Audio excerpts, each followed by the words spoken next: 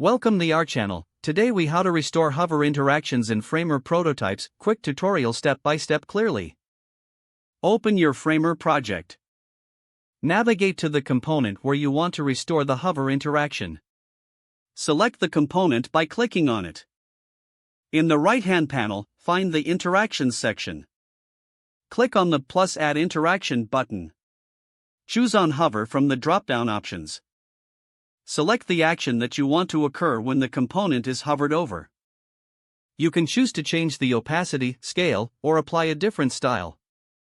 Adjust any additional settings, like duration and easing, to customize the effect.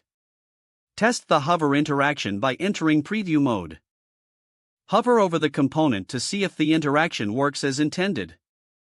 Return to the design mode to make any necessary adjustments. Repeat these steps for any additional components that need hover interactions. Once satisfied, finish your project setup. Now you are ready to showcase your prototype with restored hover interactions. If the page does not load, refresh the browser or try again in a private or incognito window. Make sure you are using the correct email address, then retype it carefully to avoid small typos. If your password is not accepted, use the reset option and create a new strong password you can remember. Check your spam folder for verification or security emails, then complete any requested confirmation steps.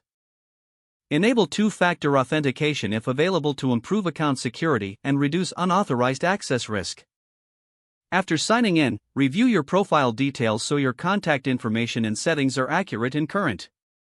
If you see an error message, note it down and try again after restarting your device and internet connection.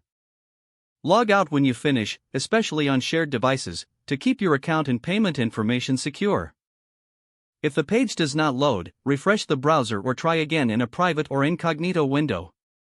Make sure you are using the correct email address, then retype it carefully to avoid small typos. If your password is not accepted, use the reset option and create a new strong password you can remember. Check your spam folder for verification or security emails, then complete any requested confirmation steps.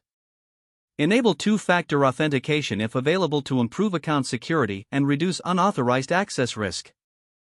Don't forget to like this video and subscribe to our channel for more step-by-step tech guides.